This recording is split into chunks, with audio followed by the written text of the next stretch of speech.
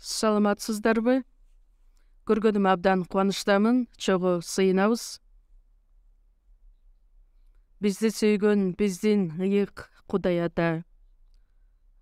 Кереметтүү сүйүүңүз аркылуу, төккөн ыйык кан аркылуу биздин күнөөлөрүбүздүн бардыгын түбөлүккө кечирип, күнөөлөрүбүз үчүн кун төлөп, кечирип берген ырайыңыз үчүн ыраазычылык билдиребиз. Бир гана ишеним аркылуу бардыгыбызды актап, сиздин балдарыңыз катары кайрадан төрөлүп, бул дүйнөдө жашай тургандай кылып, ар дайым сөз менен бизди бекемдеп, тарбиялап, күн сайын өзгөртүп келе жаткан жашообуз үчүн сизге ар дайым ыраазычылык билдирүү менен бизди ар дайым жакшы жолго үндөгөндүгүңүз үчүн рахмат айтабыз. Бүгүн жекшемби күн болгондуктан бардыгыбыз өз жашообузда жашап туруп, жакшы кабар үчүн сиздин сөзүңүзгө тил алчаак болуубуз менен бүгүн бул саатта чогулдук. Бизге өз керектелүүчү ырайымдуу сөзүңүздү уга ала тургандай кылып, мүмкүнчүлүктөрдү түзүп берүүңүздү суранабыз. Мындан аркы жашообузда ичсек да, жесек да, эмне кылсак дагы бардыгы сиздин эркиңиз үчүн болушуна жардам бериңиз. Сиз бизге тапшырган сөз боюнча өзүбүздөн баш тартып, айкаш-чыгашты алып, сиздин артыңыздан ээрчиген адамдардан болуп, дайыма кайраттуулук менен, чын жүрөгүбүз менен жашаганга жардам берүүңүздү суранабыз. Жашообузда ар дайым толук түшүмдөрдү алып келүүбүз менен жемиштер мол боло тургандай кылып жардам бериңиз.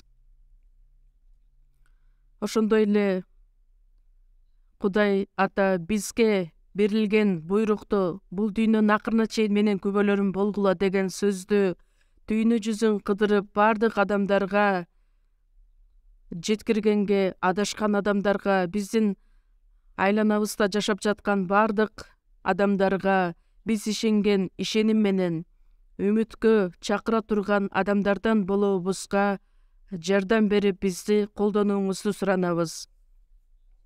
Чет мамлекетте башкы кызматчылар жана ошондой эле жакшы кабар үчүн талыкпастан эмгегин аткарып келе жаткан бардык бир туугандар күн сайын айкаш-чыгаштын жардамы менен жеңишке жетишип жашаганга, сизди даңктап жашап жаткан бардык биздин бир туугандарга мол ырайым менен чогуу болууңузду дагы суранабыз. 2023 жыл башталгандан кийин бир ай өткөн, азыр февралдын айында жашап жатабыз. Сиздин алдыңызда пландаган, алдыбызга максат койгон иштердин бардыгы, убадалардын бардыгы сиздин алдыңызда аткарыла тургандай кылып, сиздин берген күчүңүзгө ээ болуп, ишенимдүү кызматчылар боло тургандай кылып бизге жардам бериңиз.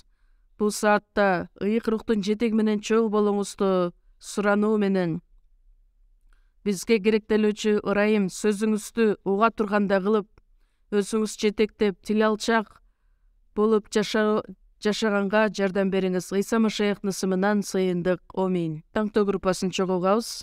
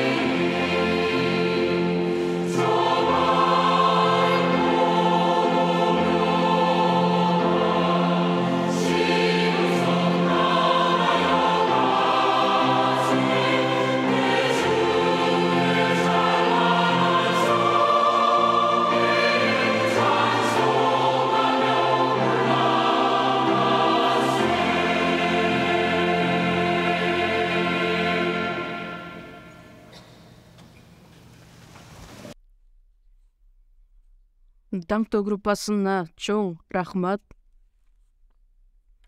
Ыйык жазууну чогуу ачабыз.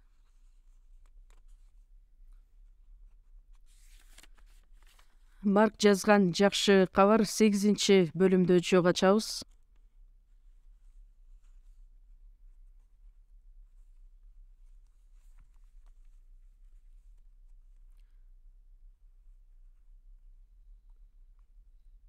Марк жазган жакшы кабар 8-бөлүм 31-аяттан баштап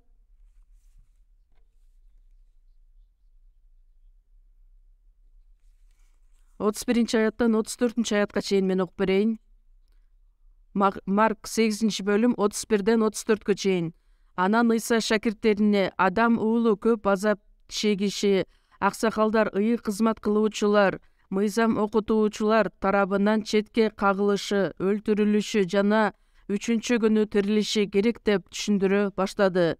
Ыйса бул жөнүндө аларга ачык эле айтты. Ошондо Петр Ыйсаны четке чакырып, ага каршы болду.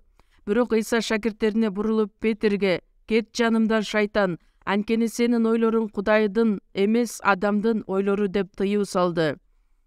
Ошондон кийин Ыйса эл менен бирге шакирттерин да жанына чакырып мындай деди: ким менин артымдан жүргүсү келсе, ал өзүнөн баш тартсын жана күн сайын өзүнүн айкаш-чыгачын алып менин артымдан ээрчисин. Машаякчынын эң эле идеалдуу жашоосу бул Машаякка окшош жашоо. Ыйса Машаяк бул дүйнөгө келип, бүт жерлерде кыдырып, оорулуу адамдарды айыктырып, убакыт келди, Кудайдын падышачылыгы жакындап калды, тобо кылгыла, жакшы кабарга ишенгиле деп элдерге айтып келген. Мен ошон үчүн келгенмин. Жакшы кабарды башка жерлерде да айтышым керек деп көптөгөн кереметтерди аткаруу менен адамдарга Кудайдын сөзүн жеткирген. Кудай өзүнө чакырып алган 12 шакирти менен чогуу биргеликте болуу менен аларга сөз менен, ошол эле учурда иштери менен өзүнүн ким экендиги жөнүндө түшүндүрүп көрсөткүсү келген эле.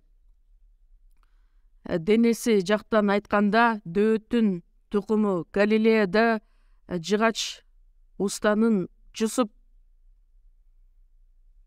Жусуптун уулу энеси Мариям эле.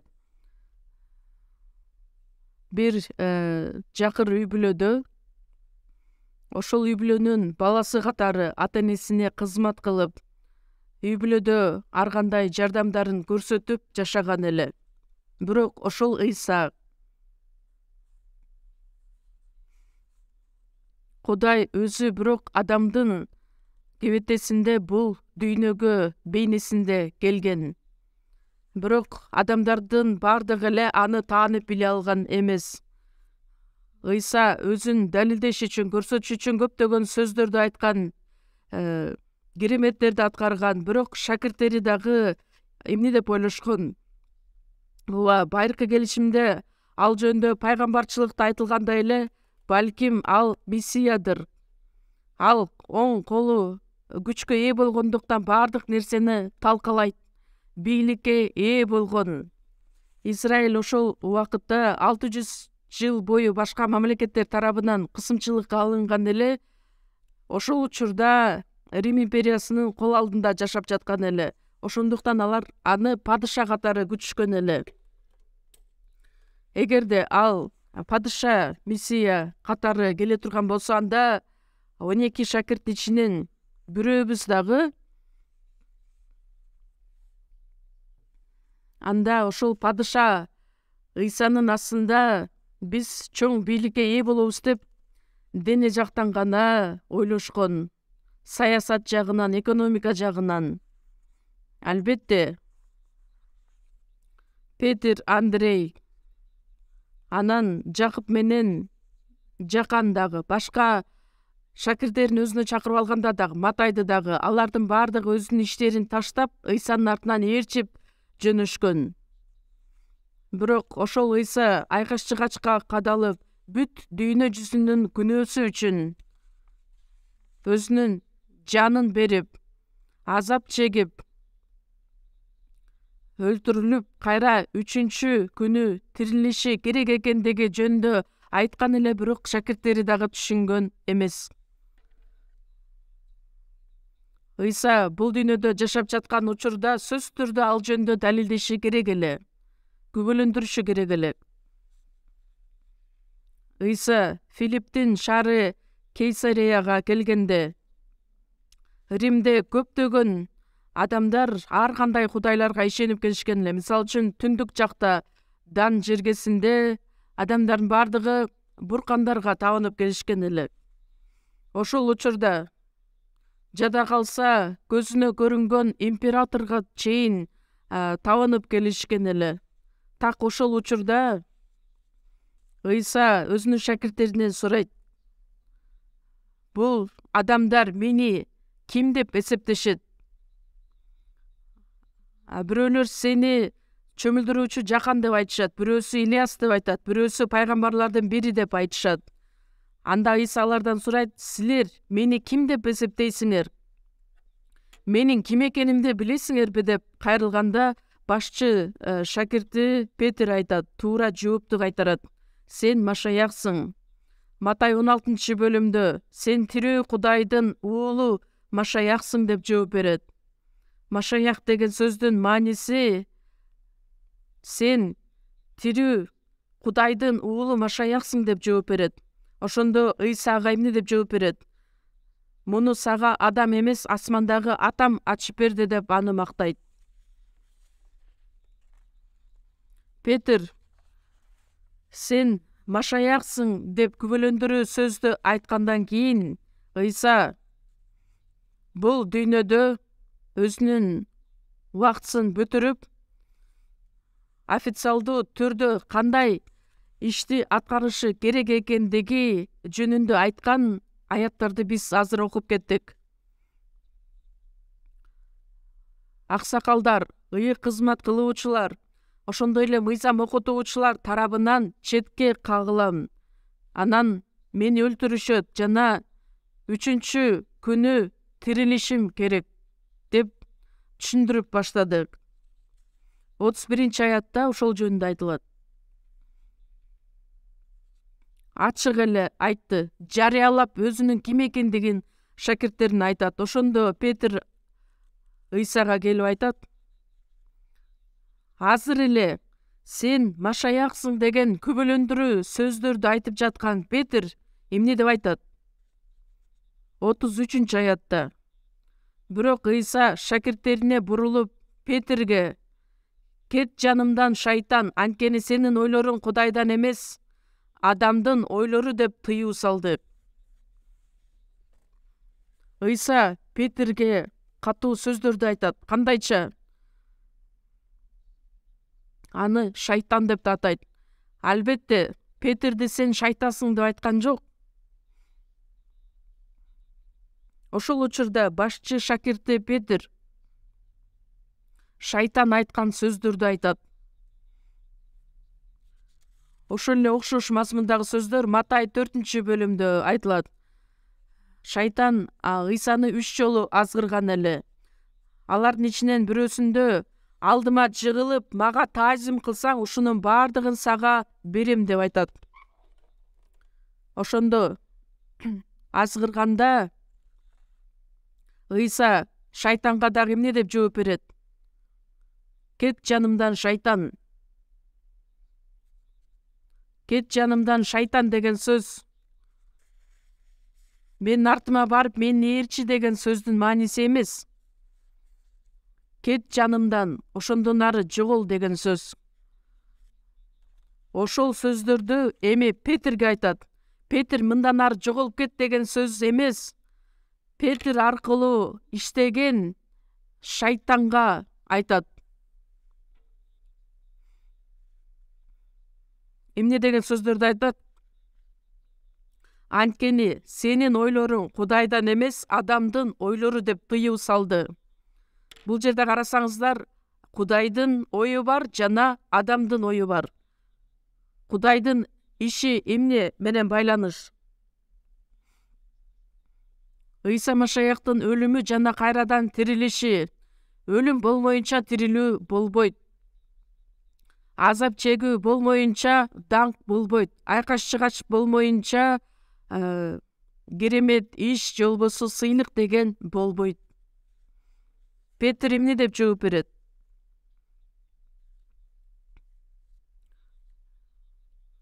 Ыйса эл менен бирге шакирттерин да жанына чакырып мындай дейт.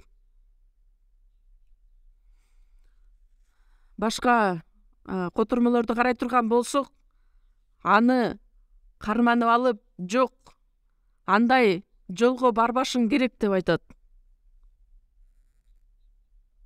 Жок, сага мындай ишке баруунун кереги жок. Азыркы ыйык жазууну чечмелеп түшүндүргөн китептер бар го, ошол жакты карасак эмне деп айтылат? Жок, сен эч качан андай жолго барбашың керек деп ага каршы турган эле. Петр же болбосо башка шакирттери ойлогон айкаш-чыгачта кадала турган Машаякты ойлошкон эмес. Анткени алардын каалоосу падыша боло турган Машаякты күтүшкөн эле. Анткени ошол учурдагы Израиль элинин баардык каалоосу ошол эле. Жада калса 3,5 жыл бою Ыйсанын артынан ээрчиген шакирттери да ошол нерсени ойлошкон. Жада калса шакирттери дагы бара жатып бири-бирине асман падышачылыкта ким анын оң жагында, ким анын сол жагында болот деп талаш тартышка батышкан.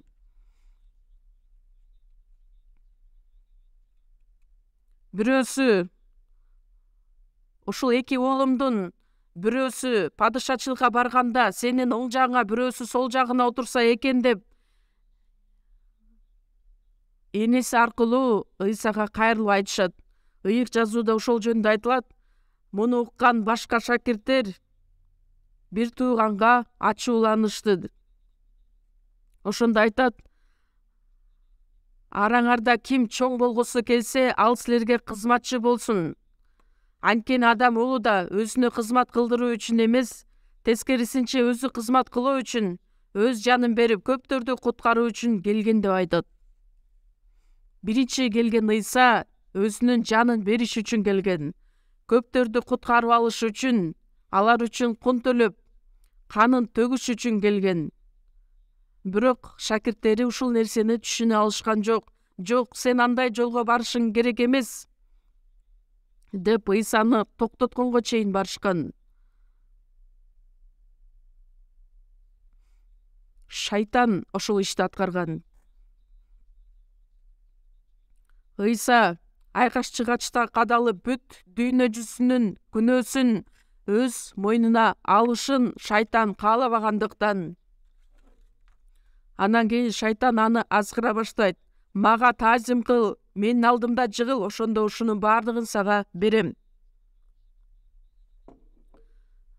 Ыйса эмне деп айтат? Өлүм болмоюнча ал даңкка ээ боло албайт. Петрдин ойлогон ою менен шайтандын ойлогон ою экөө бир. Ошондой эле бул дүйнөдө куткарылууга ээ боло элек адамдардын баардыгы Кудайдын падышачылыгы үчүн эмес, бул дүйнөдө көзгө көрүнгөн нерселерге гана умтулуп жашашат. Анткени көзгө көрүнгөн нерсе убактылуу, көрүнбөгөн нерсе болсо түбөлүктүү. Чынында эле реалдуу түрдө биз башыбыздан өткөрө ала турган көрүнбөгөн нерсе үчүн умтулуп жашашыбыз керекпиз. Бул дүйнөдөгү байлык, бийлик. Петр андан кийин башка шакирттери дагы: падыша, батыраак падыша бол. Эмнеге сен өлүшүң керек? Жок, сен өлүмгө барбашың керек деп аны токтотушкан, ага каршы чыгышкан. Бирок Ыйса башынан баштап эле бул дүйнөгө өлүш үчүн, өз жанын бериш үчүн келген. Ошондо айтат: шайтан менин алдымдан кет.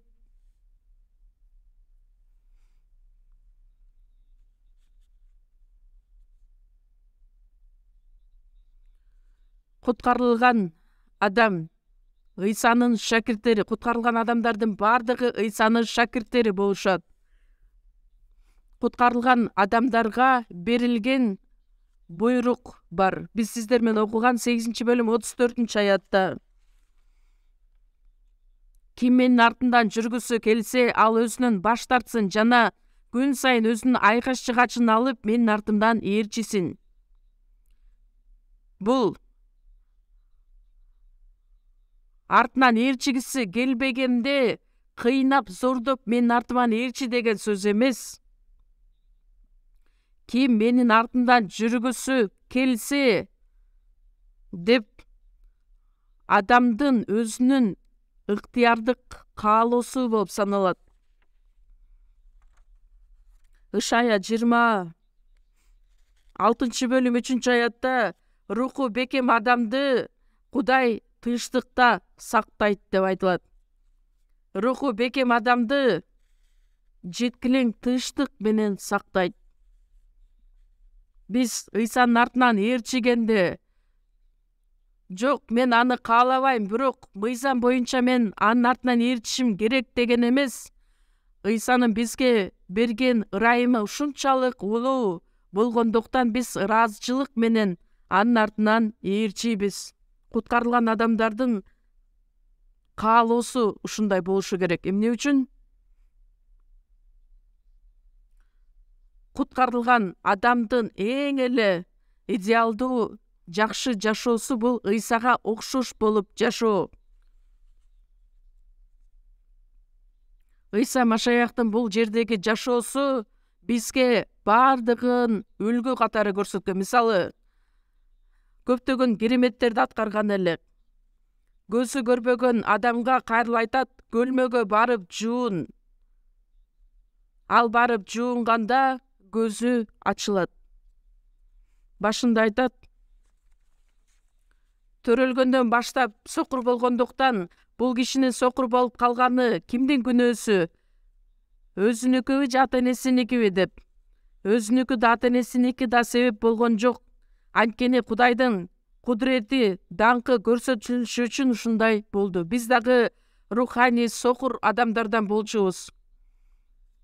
Көзгө көрүнбөгөн Кудай жөнүндө, асман падышачылыкка байланыш жашоодо биз дагы сокур болуп жашаганбыз.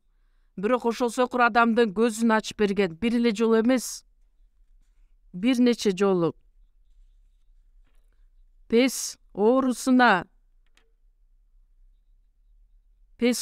чалдыккан адамга колун тийгизип, аны айыктырат, таза кылат. Ал суунун үстүнөн баскан эле. Ошол кереметтердин бардыгын эми биз аткарабыз деген мааниде эмес. Ал Ыйса аткарган кереметтердин бардыгы бизге үлгү катары көрсөтүлгөн. Көлөкө катары. Өлүп калган Лазар 4 күн өткөндөн кийин көрүстөнгө келет дагы Лазарга айтылат, Лазар чык дегенде ал чыга келет. Биз дене жактан көрүстөнгө барып алып өлгөн кишиге Ыйсанын атынан сага буйрук кылам, чык десек, ал чыга келеби? Жок, албетте тирилбейт. Күнөө кылган жан өлөт.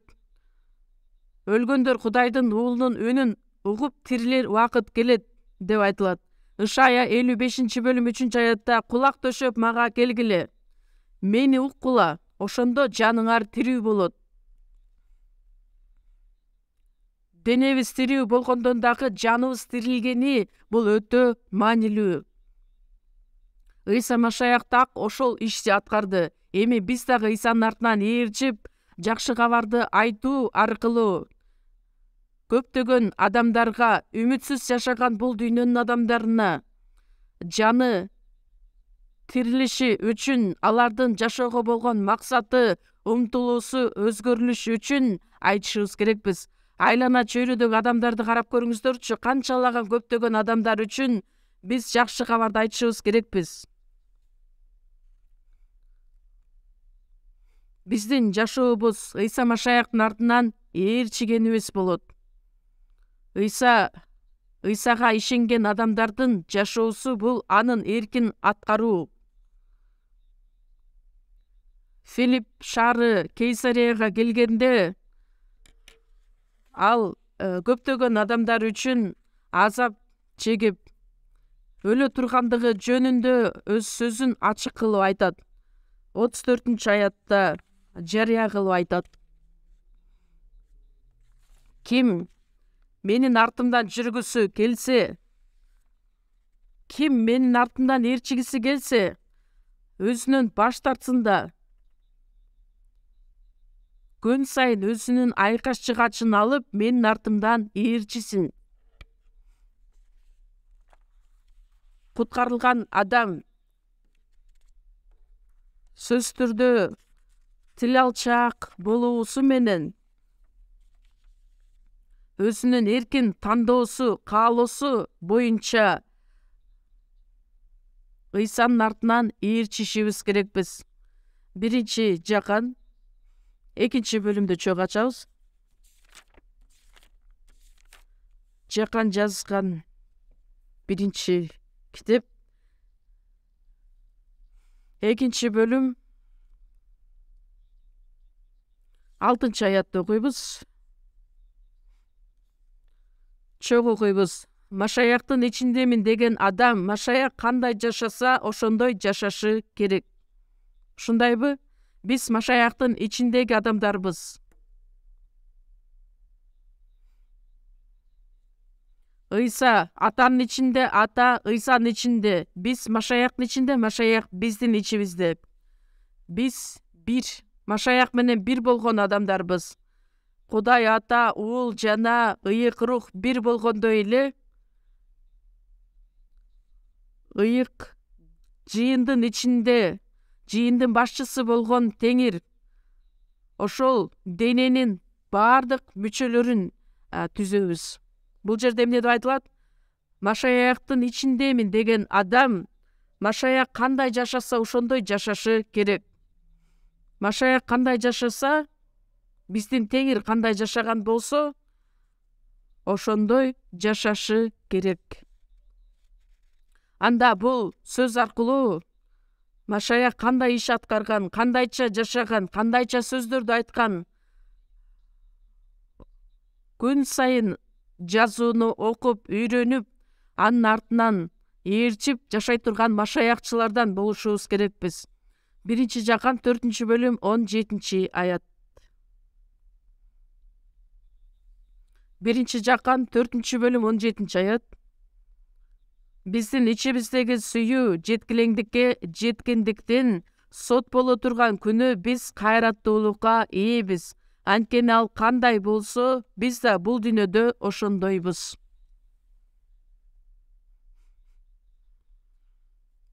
Ал кандай болсо, Ыйса Теңир бул дүйнөдө жашаган учурда анын жашоосу кандай болгон 4 жакшы кабарда жазылат. Ал кандай болсо, биз да бул дүйнөдө ошондойбуз. Ошондуктан сөз аркылуу биздин Теңир кандай жашоо менен жашагандыгын биринчиден билишибиз керекпиз. Ошондо гана ал кандай жашаган болсо, дүйнөдө дагы ошондой жашай алабыз.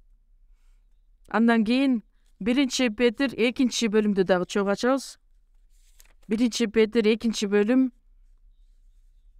21-аят. 1-Петр 2-бөлүм 21-аят чогуу окуйбуз. Анткени силер ушуга чакырылгансыңар. Себеби Машаяк да биз үчүн азап тарткан. Анын изи менен басышыбыз үчүн ал бизге үлгү калтырып кеткен. Машаяк бизге үлгү калтырып кеткен. 1-Кориндуктар 11-бөлүм 1-аятта элчи Павыл айтат: Мен Машаяктан үлгү алгандай эле силер да менден үлгү алгыла. Биз жөн гана бирөөгө көрүнүш үчүн эмес, жөн эле сырткы келбетибиз менен Машаякка окшош адамдар эмес, чын жүрөгүбүз менен 1-Корунтуктар 2-бөлүмдө айтат, бизде Машаяктын акылы бар деп. Матай 11-бөлүм 29-аятта эмне деп айтат? Мен жоошмун жана момунмун, менден үйрөнгүлө. Менин моюнтургум жакшы, жүгүм жеңил. Биз Машаяктын акылына, жүрөгүнө ээ болгон адамдарбыз. Айкаш-чыгачка кадалганда дагы, аны урушкан, шылдыңдаган, сөккөн адамдарды дагы аларга бир дагы жооп кайтарган эмес. Жек көрүп аларды жада калса 3 жолу Ыйсадан баш тарткан Петир.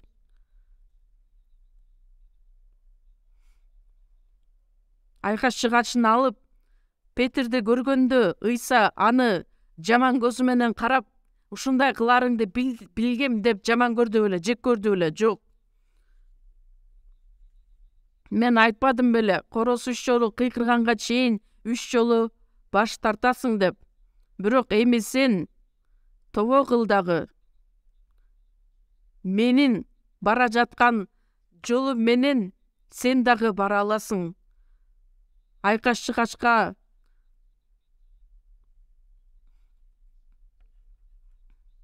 тескерисинче Ыйсанын Петирди караган көзү, аны кечирген, сүйгөн көзү менен караган эле. Ыйсага каршы чыккан адамдарга Ыйса эмне деп сыйынды эле? Ата, буларды кечире көр, анткени алар эмне кылып жатышканын билишпейт деп.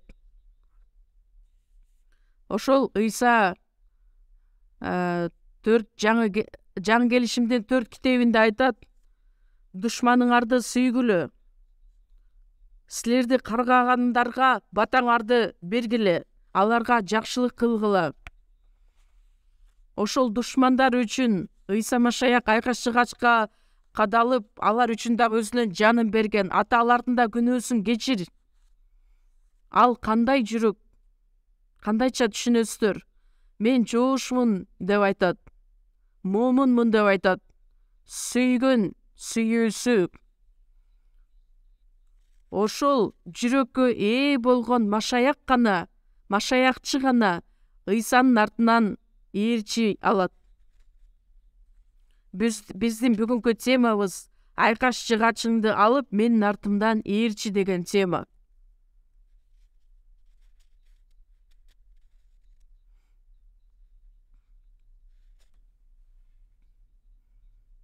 Ушул сөздөрдү иш жүзүндө аткара ала турган адам, ал чынында түбөлүк өмүргө ээ болгон адам. Өз айкаш-чыгачын алып, Машаяктын артынан ээрчиген, бул сөзсүз түрдө, милдеттүү түрдө, сөзсүз керек нерсе. Машаякчы бара турган жол кайсы жол экендиги жөнүндө кайрадан карай кетели. Марк жазган жакшы кабар 8-бөлүм 34-аят. Марк 8-бөлүм 34-аят. Марк 8-бөлүм 34-аят. Ошондон кийин Ыйса эл менен бирге шакирттерин да жанына чакырып мындай деди: ким менин артымдан жүргүсү келсе, бул ыктыярдуу жүрөк менен, өзүнүн каалоосу менен, өзүнөн баш тартып, өзүнүн айкаш-чыгачын алып, Машаяктын артынан ээрчи алыш үчүн кандай шарт керектелет? Биринчиден, адам өзүнөн баш тартышы керек. Өзүнөн баш тартуу деген эмнени билдирет? Мыйзам үчүн өлгөн. Эгерде мен өлбөсөм, анда кандайдыр бир жакшы иштерди аткаруу менен Кудайдын астына келишим керек эле.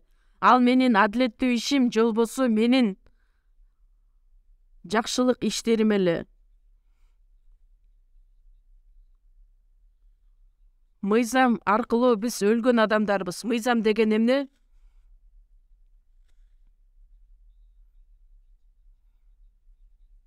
Мыйзам күнөөнүн күнөө экендигин бизге мыйзам аркылуу ачып берди.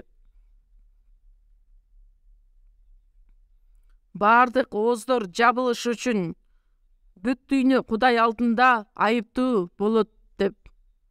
Ошол мыйзам иштерин бир гана Ыйса Машаяк аркылуу жеңип чыга ала тургандыгыбыз жөнүндө айткан. Куткарылган адамдар биринчиден айкаш чыгачын алып, Ыйсанын артынан ээрчи турган адамдар кайсыл адамдар? Галатиялыктарга жазылган кат 2-бөлүм 19-аяттан баштап окуйбуз. Галатиялыктар 2-бөлүм 19-аят. 19-ту чогуу окуйбуз. Себеби мен Кудай үчүн жашайын деп мыйзам аркылуу мыйзам үчүн өлгөм. Мен Машаяк менен кошо айкаш чыгачка кадалгам. Мыйзам аркылуу өлгөн адамдарбыз. Өлгөн адамдарбыз деген эмнени билдирет? Бирөө баардыгы үчүн өлдү, демек баардыгы өлүштү деп айтылат. 2000 жыл мурун Ыйса Машаяк айкаш чыгачка кадалган учурда баардык адамдар Ыйса аркылуу өлүшкөн. Өлүм аркылуу биз мыйзамдан эркиндикке чыккан адамдарбыз. Мыйзам үчүн өлгөн адамдарбыз. Мыйзам аркылуу мыйзам үчүн өлгөм. Анан 20-аят. 20-аятта буну баардыгыңыздар билесиздер, чогуу окуйбуз. Азыр мен жашап жаткан жокмун, менин ичимде Машаяк жашап жатат. Ал эми азыркы денедеги жашоомду айта турган болсом, мени сүйгөн жана менин ордума өзүн курмандык кылган Кудай уулуна болгон ишеним менен жашап жатам.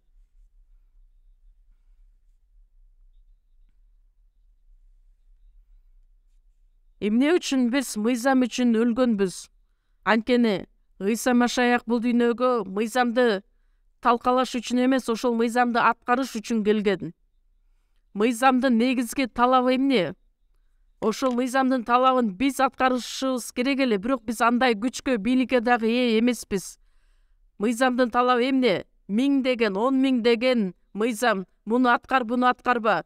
Төрөлгөндөн баштап ошонун баардыгын аткара турган болсок, анда Кудайдын асында ыйыкталмакпыз. Бирок биз күнөөкөр болгондуктан ал мыйзамдын бирөөсүн дагы аткара албайбыз. Бирок адилеттүү Ыйса бул дүйнөгө келет дагы ошол мыйзамдын баардыгын талабын аткарат. Күнөө үчүн жаза өлүм. Биз баардыгыбыз өлүшүбүз керек болчу. Бирок Ыйса мыйзамдын койгон талабын биз үчүн аткарып берди. Айкаш чыгачта кадалып, өзүнүн өлүм аркылуу бүт мыйзамдын талабын иш жүзүндө аткарган. Ошондо биз айкаш чыгачта Ыйса менен кошо кадалып өлгөнбүз. Мыйзам үчүн өлгөн адамдарбыз.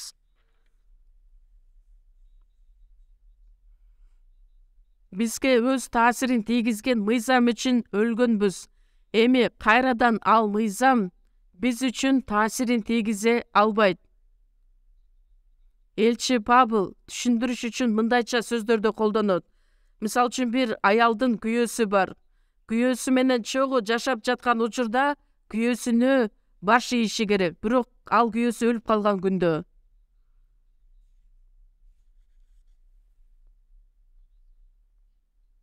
анда ал мыйзамдан кутулат. Же болбосо башка күйөөгө чыга алат деген сөз Римдиктер 7-бөлүмдө айтылат. Римдиктерге жазылган кат 7-бөлүм.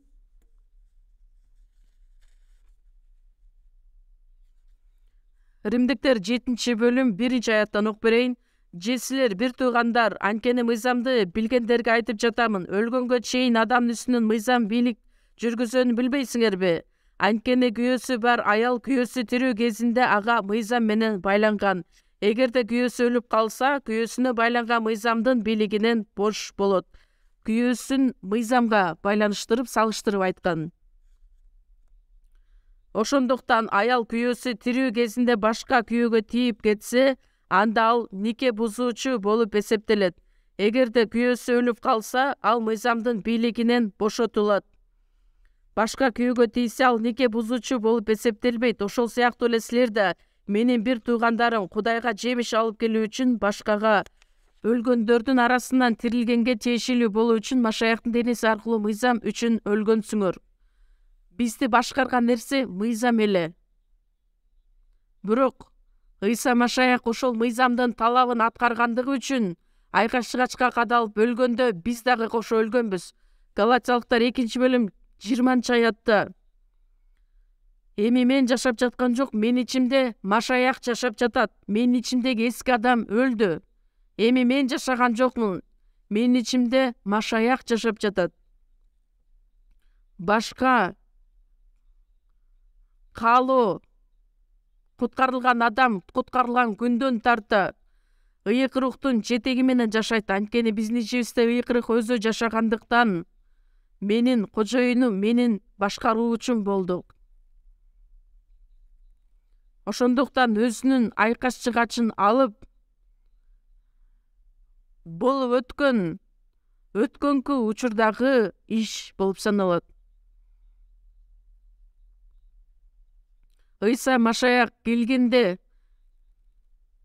биздин күнөөлөрүбүздүн баардыгын өз мойнуна алды дагы, эми биз күнөө үчүн эмес, Ыйсанын даңкы үчүн жашайбыз.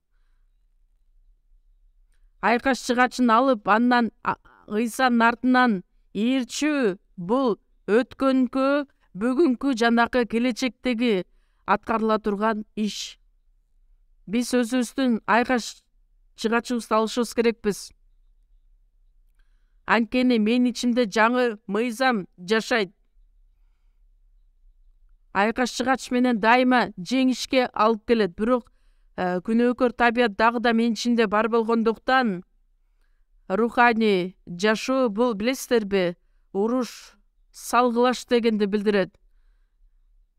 Анткени мен ар дайым амал көйгө каршы, бул дүйнөгө каршы, денеге каршы күн сайын согуш жүргүзүп келишим керек.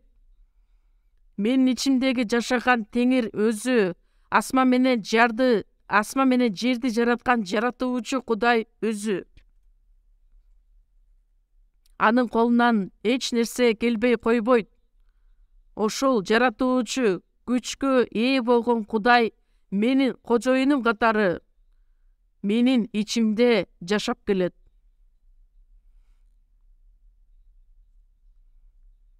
Менин денемди дагы өзгөртө ала турган, житкилең кылып өзгөртө ала турган Машаяк өзү менин ичимде ыйык рухка толуп жашай тургандай болуп. Эмне кылышым керек? Эми мен айкаш-чыгачымды алып, айкаш-чыгач деген эмне? Айкаш-чыгач бул өлүмдү символдойт. Рим империясынын убагында Рим империясына каршы чыккан адамдар, өтө чоң күнөөкөрлөр, кылмышкерлер, көптөгөн адамдардын астында аны уруп сабап, айкаш-чыгачка кадап жазалашкан эле. Ушунчалык азапты башынан өткөрүшкөн эле.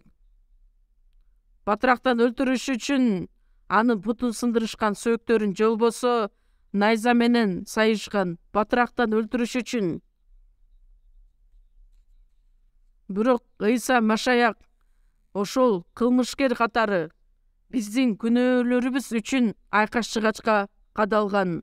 Ыйса Машаяк өзүнүн жанын берип өлгөн Машаяк эми бизге кайрылып айтат: өзүңдүн айкаш-чыгачыңды ал дагы менин артымдан ээрчи. Өз айкаш-чыгачын алуу деген эмнени билдирет? Өлүмдү билдирет. Биз өлгөнбүз, бирок дагы да болсо биздин ичибизде күнөөкөр табият жашайт. Күнөөкөр табиятка бериле турган болсок, анда эмне болот? Кудайдын эркине каршы болобуз. Кудайдын сөзүнө тил алчаак боло албайбыз.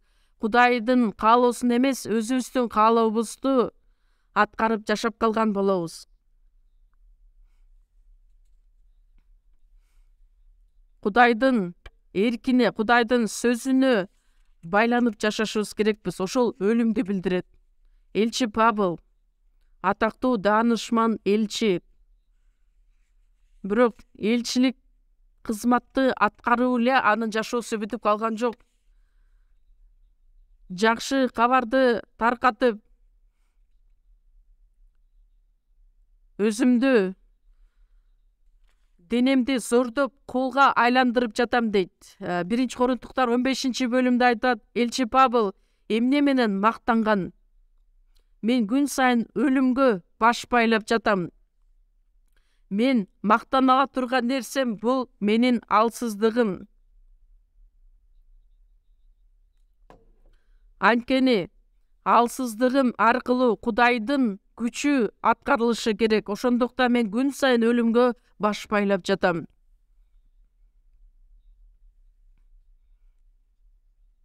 Ыйсанын артынан ээрчиш үчүн, мыйзам үчүн өлгөн адам болушу керек. Көптөгөн адамдар өз айкаш чыгачын алабыз деп айтышат, бирок экономика жактан, үй бүлөдөн, адамдардын ортосунда байланыш үчүн кыйналган азаптар бар, ошону айкаш чыгач деп эсептешет. Кээ бир адамдар айтат, айкаш чыгач бул менин күйөөм, айкаш чыгач бул менин балдарым деп. Жок, андай эмес. Айкаш чыгач деген эмне? Бул өлүм дегенди билдирет.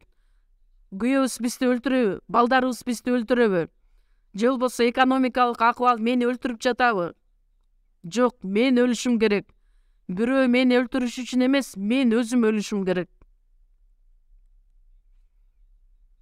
Ал эмнени билет? Мен өзүмдүн жеке оюмду, текеберлик жашоомду, денеге байланыш болгон ойлорумдун баардыгынан баш тартуум ошол өлүм дегенди билдирет.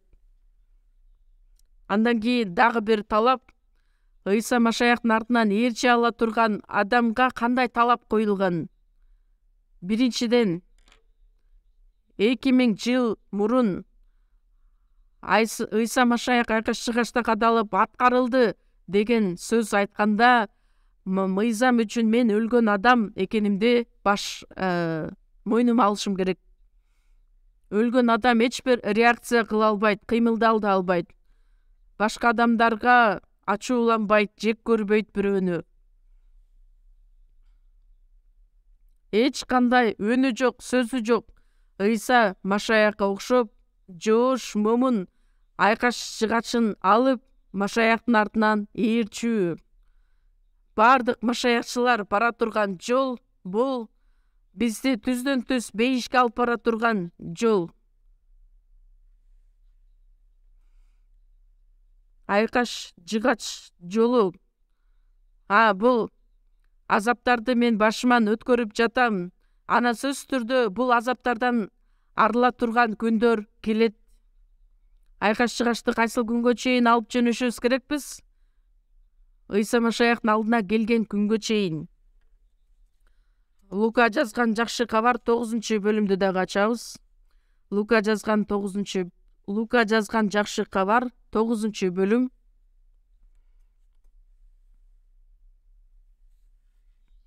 23 аят.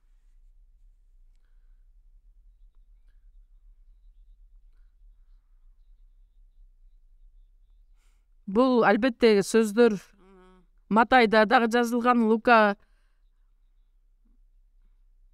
менин артымдан ээрчигиси келсе деген сөздөр кайталанып айтылат. 23 аятта кайсыл учурда Ыйса бардыгына кайрылып, ким менин артымдан ээрчигиси келсе, өзүнөн баш тартсын жана күн сайын өзүнүн айкаш чыгачын алып менин артымдан ээрчисин.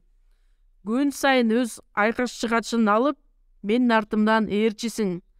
Кечөө мен айкаш чыгачты алгандыктан бүгүн албай деле койсом болот деген сөз эмес. Күн сайын өзүнүн айкаш чыгачын алышы керек экенине себептер эмне? Өзүбүздүн оюбуз, өзүбүздүн максатыбыз, өзүбүздүн күнөөкөр табиятыбыз орун алгандыктан жакшылык кылганды каалайбыз, бирок аны аткарбайбыз. Эмне үчүн? Анткени менин ичимдеги, менин денем аны аткаргысы келбейт. Күн сайын аны биз жеңип чыгышыбыз керекпиз. Буга чейин айтып кеткендей, Ыйсанын артынан ээрчисибиз үчүн мыйзам үчүн өлгөн адамдар болушубуз керекпиз. Римдиктерге жазылган кат 6-бөлүм.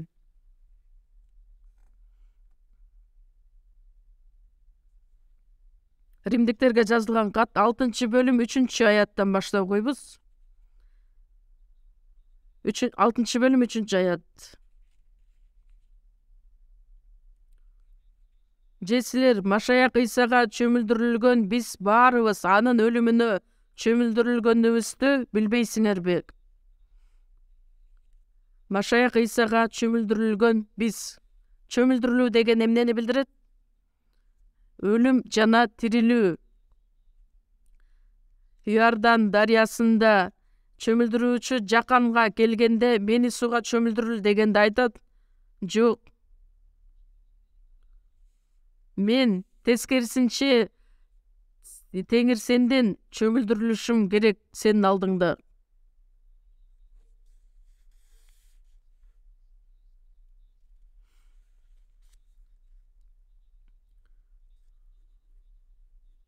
Иордан дарыясында толугу менен сууга чөмүлдүрүлүп, ошондо асмандан үн чыгат.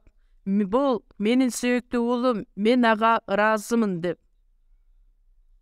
Сууга чөмүлдүрүлгөн Ыйса Машаяктын өлүмүн билдирет. Суудан чыкканы ыйык рухка ээ болгондугу. Өлгөндөрдү тирилте ала турган Кудай. Ыйса Никодим менен сүйлөшүп жаткан учурда айтат, чындыкты сага айтайын, кимде ким суудан жана рухтан төрөлбөсө, Кудай падышачылыгына кире албайт.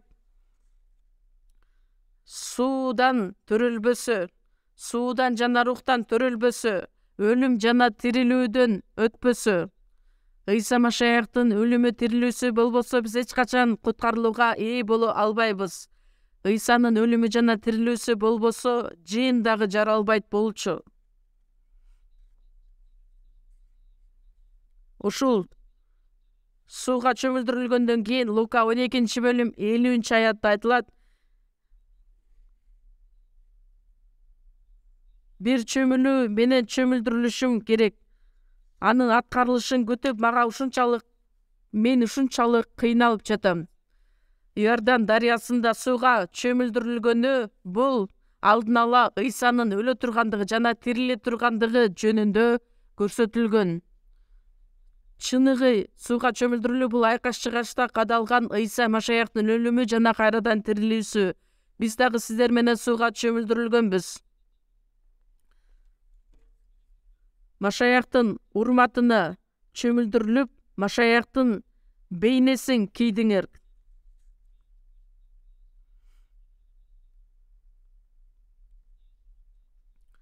Машаяк Ыйсага чөмүлдүрүлгөн биз баарыбыз анын өлүмүнө чөмүлдүрүлгөнүбүздү билбейсиңерби?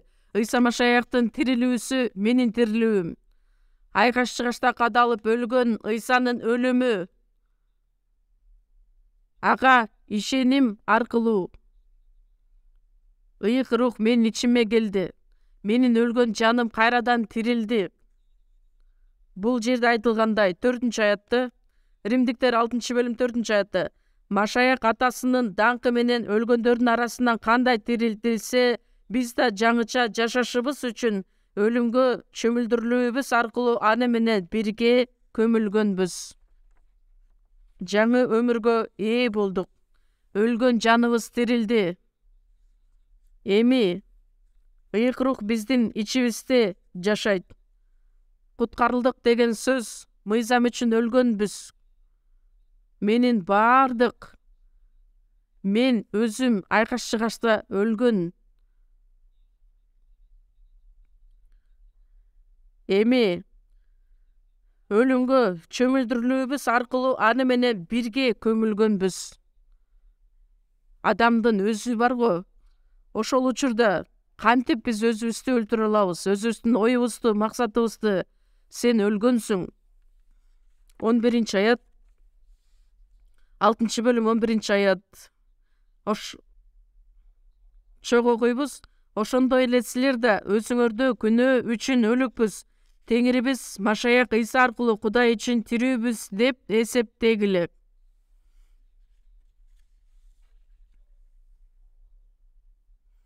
Бирок бул сөздөрдү биз унутуп жашайбыз. Мисалы, бир туугандар болобу, же болбосо бир үй бүлө болобу, же болбосо жумуштагы коллегалар болобу, досторубуз болобу, туура эмес түшүнбөстүк аркылуу мени бирөө таарынтып алса, мени шылдыңдаса, жамандаса, ошол сөздөрдү укканда биз ачууланабызбы же жокпу? Ачууланбайбыз десек, биз жалган айткан болобуз. Көзүбүз менен, оозубуз менен аны жек көрүп, жаман сөз айтышыбыз керекпи? Бул сөздө айтылгандай, мен күн сайын күнөө үчүн өлүкпүз. Биз өлгөн адамдарбыз.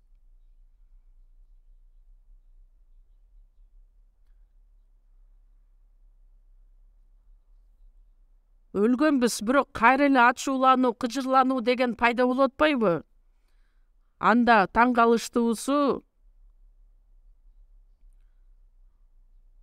ошол учурда мен ачууланып, кыжырланып, адан өч алам деген нерсени жеңип чыга алам. Өзүмдү токтото алам. Кандайча жеңишке жетишебиз? Айкаш жыгач аркылуу. Айкаш жыгач деген эмне?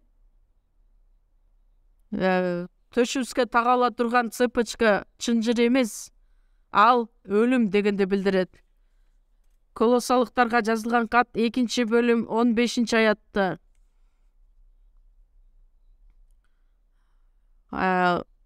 Руханий жашоодо биз дайыма күрөш жүргүзүшүбүз керек. Ал үчүн курал керектелет. Кандай курал? Колосалыктар 2-бөлүм 15-аят.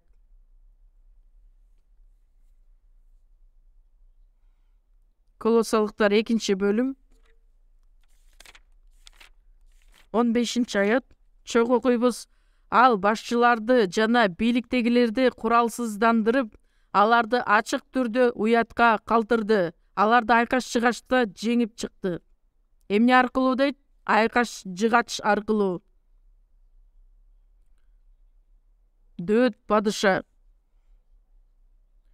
жазган 17-забурда айтат: сен мага согушканга күч бердиң, мага каршы көтөрүлгөндөрдү алдыма жыгып бердиң. Менин өзүмдүн мүнөзүм эмес, айкач жыгач аркылуу гана жеңишке жетебиз. Мен өлгөн учурда Ыйса мен аркылуу иштейт. Мен аркылуу көптөгөн иштерди аткаргысы келет. Эгерде Ыйса мени колдонгусу келсе, анда мен өлүшүм керекмин. Өлгөн бизди мойнубузга алып, ошону билишибиз керекпиз. Таң калыштуусу, өлүк экенибизди түшүнүп мойнубузга алганда, Теңир биз аркылуу дагы көптөгөн иштерди аткарат. Бул дүйнөнү жеңип, шайтанды жеңе ала тургандай кылып.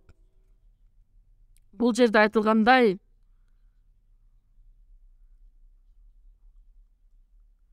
айкаш жыгачта жеңип чыккан, өзүнүн өлүмү жана тирилүүсү аркылуу. Кудай бир күн башталганда биз Кудайга кайрылып сыйынабыз. Бүгүн дагы жеңишке жете тургандай кылып мага жардам бер. Менин чечимим аткарылбагандыгы үчүн эмес. Айкаш жыгачта мен өлгөндүктөн ошол нерсени кабыл алып, мойнубузга ала турган болсок, анда Теңир мен аркылуу иштейт. Мен өзүм Кудайдан биринчи орунга чыгып, мен аткарам дей турган болсом, анда Теңир мен аркылуу иштей албайт. Кээ бир адамдар бүт аракетин жумшап, өзүнүн эч нерсесин аябаштан тил алчаак болуп Кудай үчүн жашайт. Кудайдын сөзүн айт. Анын ыңгайы келсе да, ыңгайы келбесе дагы. Мага тапшырылган көптөгөн адамдардын жанын куткарыш үчүн аларды көрүп туруп мен оозумдан эч нерсе айтпасам, эгерде мен бул адамга жакшы кабарды айтсам, ал менин жөнүндө эмне деп ойлоп калат?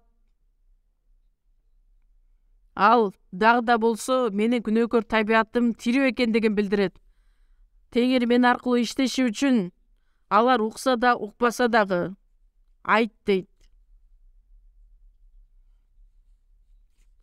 Жакшы кабарды өтө жакшы айткан адамдар бар.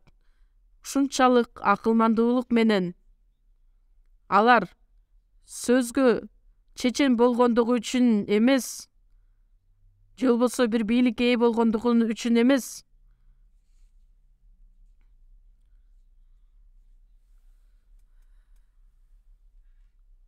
өзүн акылман санаган бул дүйнө Кудайды кудайлык акылмандуулук боюнча тааныбай койгондуктан, Кудай акылга сыйбаган сөз аркылуу куткарып алууну туура көргөн. Биз өзүбүздүн хоббибиз катары, же болбосо кызыкчылыгыбыз үчүн жакшы кабарды айтпайбыз. Биз айкаш-чыгачта көптөгөн адамдарды карайбыз. Адамдардын жанын караган Ыйсанын жүрөгүнө ээ болушубуз керекпиз. Анын жүрөгү кандай? Биздин ичибизде жашаган Машаяктын жүрөгү. Эгерде мен бул сөздү айта турган болсом, тигил адам менин жөнүндө кандай ойлоп калат экен? Ошол менин мүнөзүм, менин каалоом. Мен өлгөн адаммын. Башка адам кандай реакция кылбасын, мени угабы же укпайбы? Балким ал адамды бүгүн гана, бир гана күнү жолуктурам, ошол ойдон түбөлүккө жолуктурбай калышым да мүмкүн. Ошондуктан жолуктурган адамга сөзсүз түрдө сөздү айтышыбыз керекпиз. Ошол менин ичимде жашап жаткан Теңирдин айткан сөзү, үнү. Ыйкырыкка кандайча толуп жашайбыз, ал жөнүндө көптөгөн убакыт бою биз үйрөнгөнбүз.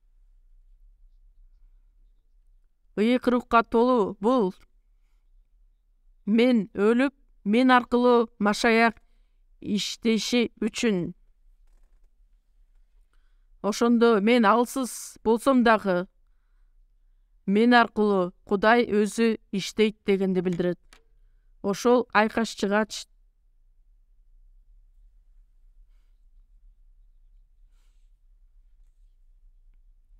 өзүнүн айкаш-чыгачы бул дүйнөдө болгон азап, кайгы, кысымчылык, ал айкаш-чыгач эмес. Кудайдын эрки боюнча жашай албаган адамдар, өзүн көрсөткүсү келген адамдар, өзүнүн пайдасы, кызыкчылыгы үчүн эмес, ичсеңер да, жесеңер да, эмне кылсаңар да баарын Кудайды даңкташ үчүн кылгыла дейт. Ар бир адам өзүнүн эле эмес, өзгөнү дагы ойлосун. Башка адамдардын куткарылып калышын каалаш үчүн Ыйсанын артынан ээрчип, өз айкаш-чыгачын алышы керек. Ошол сөздөрдү жүрөгүбүзгө бекем катып алышыбыз керекпиз. Мен мыйзам үчүн өлгөн адаммын. Эми мындан ары денебиздин куткарылышына чейин күн сайын айкаш-чыгачты алып, анан кийин таштап коюу эмес, күн сайын алып Теңирдин артынан ээрчишибиз керекпиз. Мен өлсөм, Теңир мен аркылуу иштейт. Ыйсанын артынан ээрчи турган болсом, анда сөзсүз түрдө башка адамдар мени менен байланыш болот. Эгерде жоош момун болуп, айкаш-чыгачты алып Ыйсанын артынан ээрчи турган болсом, көптөгөн адамдар куткарылууга келишет. Дүйнө жүзү боюнча азыр бүт мамлекеттерде жакшы кабар ушунчалык үркүндөп элдерге жетип жатат. Өзүнөн баш тарткан адамдар, өзүнүн кызыкчылыгын ойлобогон адамдар, өзүн эмес өзгөнү ойлогон адам Теңирдин мага кылган бардык жакшылыгын кантип актайм деп ойлогон адам аркылуу Кудайдын жакшы кабар сөзү дагы да болсо көптөгөн адамдарга жеткирилет.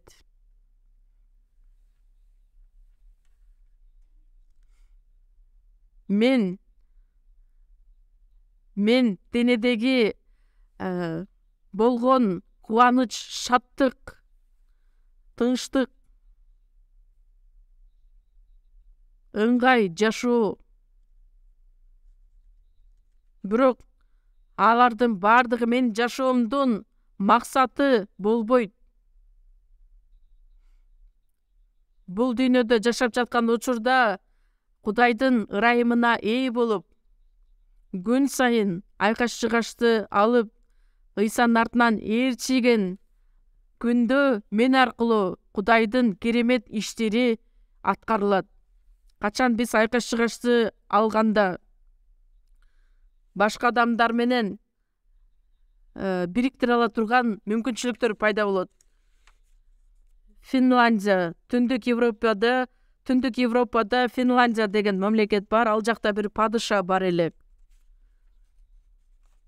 Ошол падыша өзүнүн эли үчүн, мамлекет үчүн шунчалык көптөгөн пайданы алып келген, тынчтык жашоодо жашаш үчүн саясатты өтө жакшы өткөргөн, башкарган падыша эле. Бирок ал падышанын эркек баласы жок эле, бир гана жалгыз кызы бар эле. Анан падыша отуруп алып ойлонот, мен бул тактымды башка өз балама беришим керек эле, бирок менин балам жок да. Эми бул мамлекеттин тагдыры кандай болот деп ойлоно баштайт. Анан күндөрдүн биринде мындайча мыйзам тургузат. Ким менин кызыма үйлөнгөн болсо, ошол адамды бул тактыга отургузам. Албетте, падышанын астында көптөгөн адамдар, эркектер келишет. Андан кийин алар көптөгөн сыноолордон өтөт дагы, акырында 10 адам калат экен.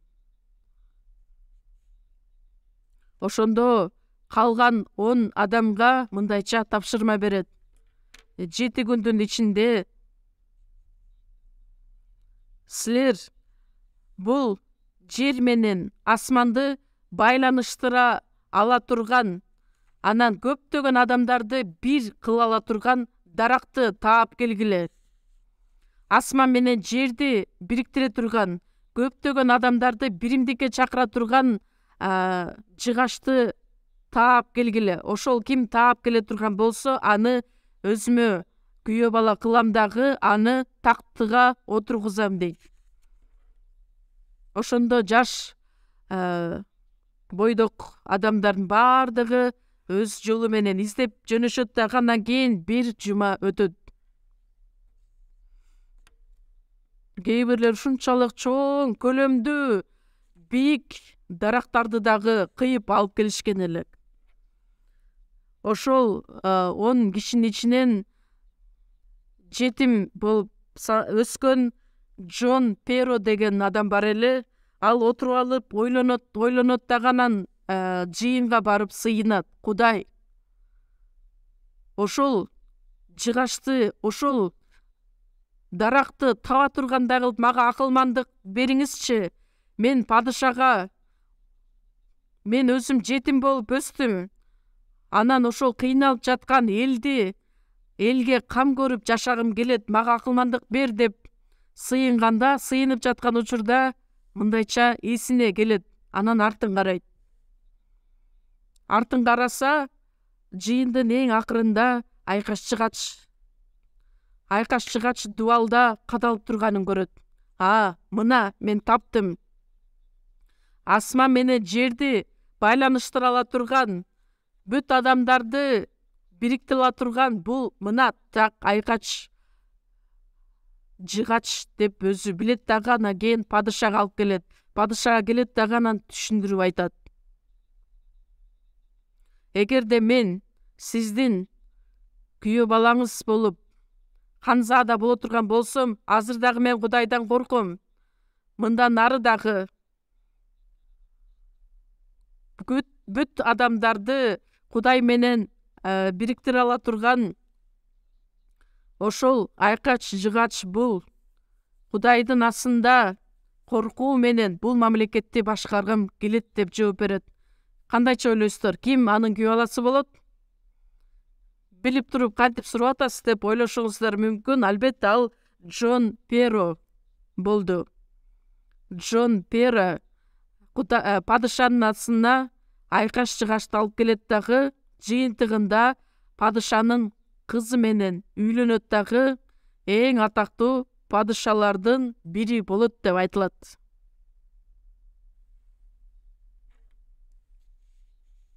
Айкаш жыгач.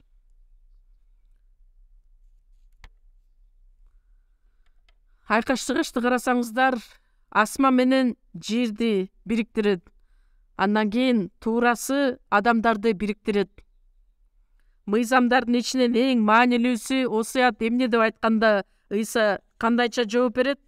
Кудай Теңириңди чын жүрөгүң менен, жан дилиң менен, бүт акылың менен сүй. Андан кийин өзүңдү кандай сүйсөң, жакыныңды ошондой сүй. Бүт мыйзам жана пайгамбарчылыктар ушул эки осуятка негизделген. Ыйса мен аркылуу иштеш үчүн өзүнүн баардык жашоосун Кудайга арнаган, Кудай үчүн өлгөнгө чейин даяр болгон адам аркылуу иштейт. Өлгөн адамдар Кудайдын асына кайтып келишет. Биздин жыйын ушундай жыйын. Бул сөздү угуп жаткан баардык биздин бир туугандар жаңы жылдын башталганы менен бир ай өтүп кетти. Биздин жаңы жыл дагы өттү, андан кийин 15 күн дагы өттү. Убакыт ушунча бат өтүп жатат, билесиздерби? Жаңы жылда пландаган иштериңиздер барго? Биз эмне деп айтабыз? Чечим 365 күнгө деп кайталаңыздарчы.